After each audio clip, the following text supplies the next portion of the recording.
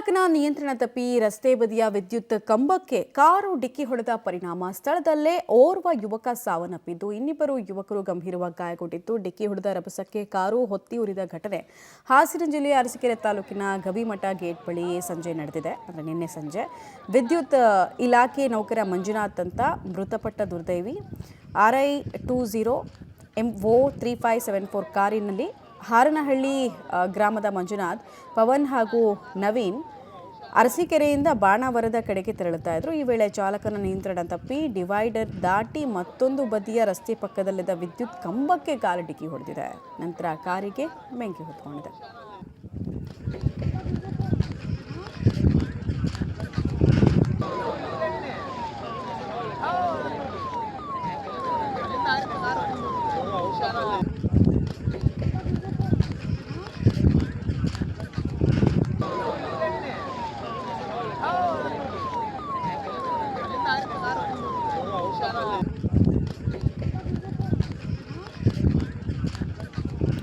ಅಪಘಾತವಾದಂತಹ ತೀವ್ರತೆಯನ್ನು ನೀವು ಸ್ಥಳದಲ್ಲಿ ಗಮನಿಸ್ತಾ ಇದ್ದೀರಾ. ಕಾರ್ ಡಿಕ್ಕಿ ಹೊಡೆದಿರೋ ರಭಸಕ್ಕೆ ಇಡೀ ಕಾರ್ ಕಂಪ್ಲೀಟಾಗಿ ಸುಟ್ಟು ಬೆಂದು ಹೋಗಿದೆ.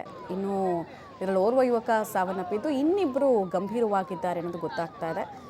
ಅವರಿಬ್ಬರು ಅಪಘಾತ ಆಗಿರೋ ರೀತಿ ನೋಡ್ತಾ ಇದ್ರೆ ಅವರಿಬ್ಬರು ಬದುಕುಳಿಯೋದು ಬಹುತೇಕ ಡೌಟ್ ಅನ್ನೋ ರೀತಿಯಲ್ಲಿ ಕಾಣಿಸ್ತಾ ಇದೆ.